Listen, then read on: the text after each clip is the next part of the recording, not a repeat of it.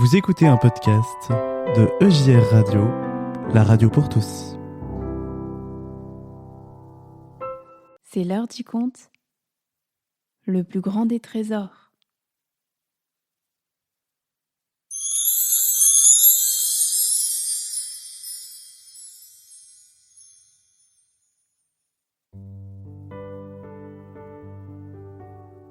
Sur une route poussiéreuse de Judée, Fernand le brigand avance d'un bon pas.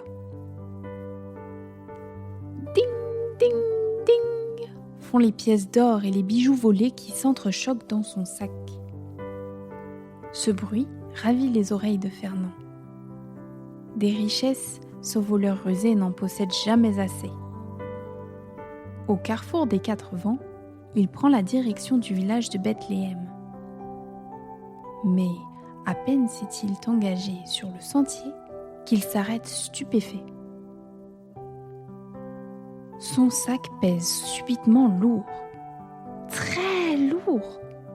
Trop lourd. Sacrebleu, que ce sac est dur à porter, gémit Fernand, le dos courbé. C'est comme si un troupeau d'éléphants s'était installé dedans. Très énervé, il laisse tomber son sac au pied d'un olivier. C'est alors qu'une voix fluette se fait entendre juste au-dessus de sa tête.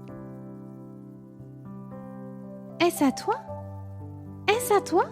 fait la petite voix. « Ce qui est trop lourd ne t'appartient pas. » Fernand lève les yeux et voit une petite colombe perchée sur une branche. De quoi se mêle cet oiseau effronté ? Il décide de l'ignorer et tente de soulever son sac. Mais il a beau tirer, souffler, jurer, son bagage ne bouge pas d'un pouce. Est-ce à toi ? Est-ce à toi ?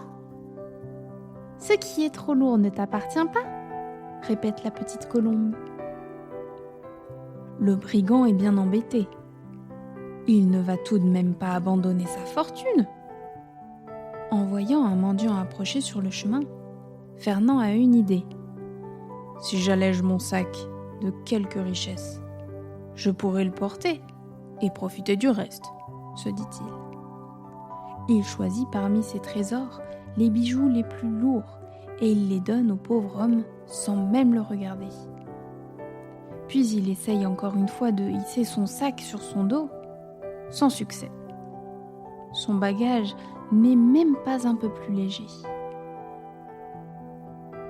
Le brigand comprend qu'il ne va rien pouvoir garder. Mais alors, que faire de toutes ces richesses ? Fernand est peut-être un voleur, mais au fond, il a bon cœur.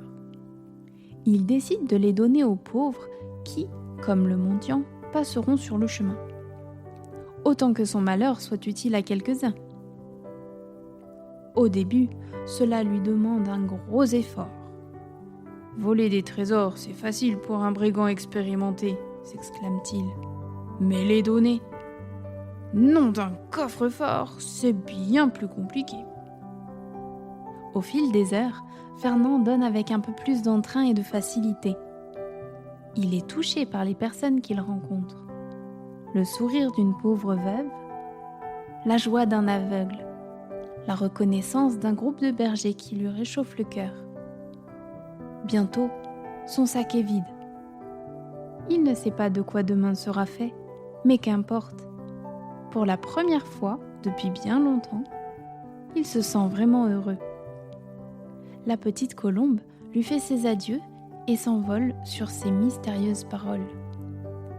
Au revoir, Fernand. Tu ne regretteras pas ta peine. Il est bien plus précieux que toutes tes richesses. Le trésor qui t'attend là-bas, à Bethléem. Un trésor ? Dans un si petit village ? Fernand n'est pas bien sûr de comprendre. Drôle d'oiseau, marmonne-t-il. Et il reprend sa route, le cœur léger.